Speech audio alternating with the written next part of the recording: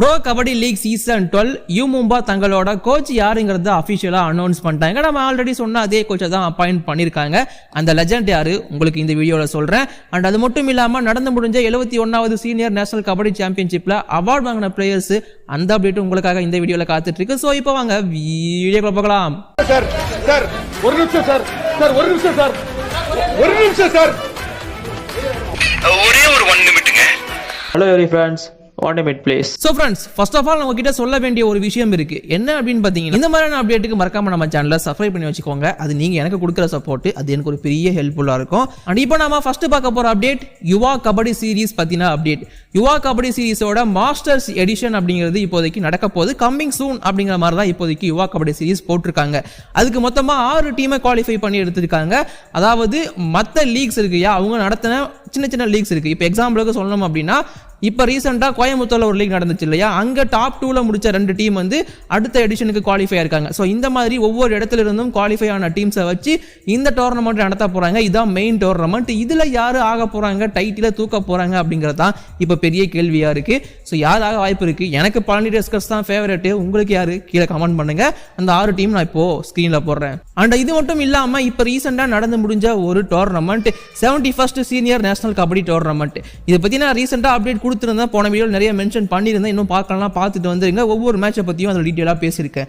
இந்த டோர்னமெண்ட்டை பொறுத்த வரைக்கும் ஒரு சில பிளேயர்ஸுக்கு சூப்பராக ஒர்க் ஆயிருந்துச்சு, ஒரு சில கோச்சஸ்க்கு அதை விட சூப்பராக ஒர்க் ஆயிருந்துச்சு. இந்தியன் ரயில்வேஸோட கோச்சாக இருந்த தர்மராஜ் அண்ணா, சேரா அண்ணா தன்னோட கெப்பாசிட்டி என்ன, தன்னாலையும் கோச்சிங்கில் வந்து ப்ரூவ் பண்ண முடியுங்கிறத காட்டியிருந்தாரு. பிகேஎல்ல ஃபெயிலியர் ஆகி இருந்தாலும், அதுக்கு வேற சில ரீசன்கள் இருந்தாலும், இந்தியன் ரயில்வேஸை ஃபைனல் வரைக்கும் கூட்டு வந்து டை பிரேக்கர் வரைக்கும் ஆட வச்சு சூப்பராக காட்டியிருந்தாரு. அண்ட் அவர் கூடவே ராகேஷ் குமாரும் டீமை சூப்பராக கொண்டு போயிருந்தாரு.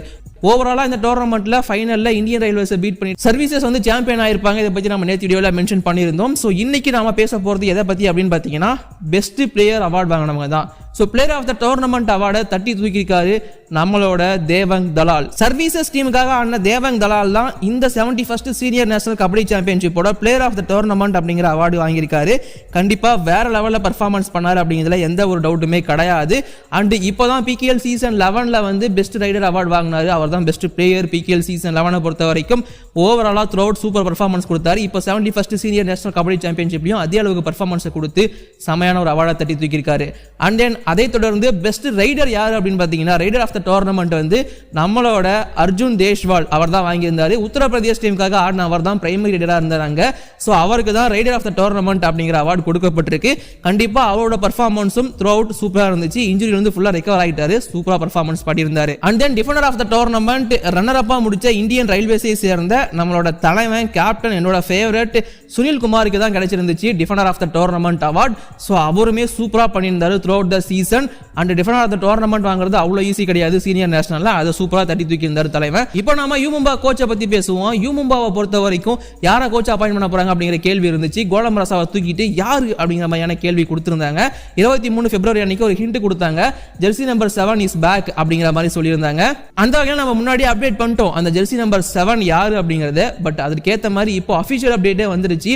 Official news, pro kabaddi league season 12ல யூ மும்பாவோட ஹெட் கோச்சா இருக்க போறது ராகேஷ் குமார். ஆல்ரெடி சீசன் 2ல யூ மும்பாக்காக டைட்டிலை வின் பண்ண ஒரு கேப்டன், ஹரியானா ஸ்டீலர்ஸ் மாதிரியான டீம்ல கோச்சஸா இருந்தவர். இந்தியன் ரயில்வேஸ்க்கு இப்போ கோச்சா இருக்காரு. இந்த மாதிரி பல கோச்சிங் எக்ஸ்பீரியன்ஸ் கொண்ட ராகேஷ் குமார் அவரை தான் இப்போதைக்கு ஹெட் கோச்சா அப்பாயிண்ட் பண்ணிருக்காங்க யூ மும்பா.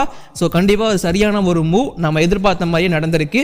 இதை பத்தி உங்களோட ஒப்பீனியன் என்ன, மறக்காம கீழே கமெண்ட் பண்ணுங்க. ராகேஷ் குமார் உங்களுக்கு பிடிக்குமா பிடிக்காதா கமெண்ட் பண்ணுங்க. இப்போதைக்கு இந்த வீடியோ நான் முடிச்சுக்கிறேன். தேங்க்யூ.